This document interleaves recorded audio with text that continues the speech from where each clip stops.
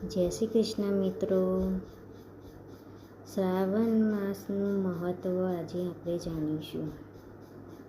સમુદ્ર મંથનમાં ઝેર પીધા પછી શિવજીના શરીરમાં વિષનો પ્રભાવ ઓછો કરવા માટે ઇન્દ્રએ આખો મહિનો વરસાદ વરસાવ્યો, જેનાથી ભોળાનાથના શરીરમાં વિષ ઓછું થવા લાગ્યું અને અતિવૃષ્ટિથી સૃષ્ટિને બચાવવા માટે થઈ મહાદેવે ચંદ્રને ધારણ કરી લીધો, જેનાથી ભગવાન શિવના શરીરને શીતળતા મળી. આથી આ મહિનામાં શ્રાવણ માસમાં ભગવાન શિવને જળ ચડાવવાની પરંપરા આજે પણ પાળવામાં આવે છે. તે પરંપરા હજી ચાલી આવી છે.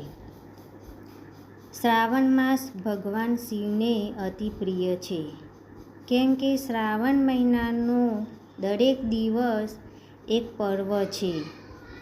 આ મહિનામાં દરેક ભક્તો શિવજીની પૂજા કરે છે.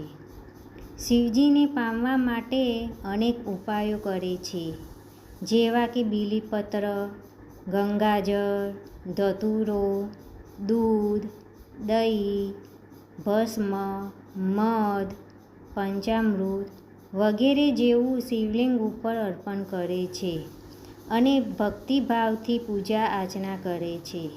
અને જો સાચા મનથી ભક્તિ કરે છે તે શિવ ભગવાન સ્વીકારે છે.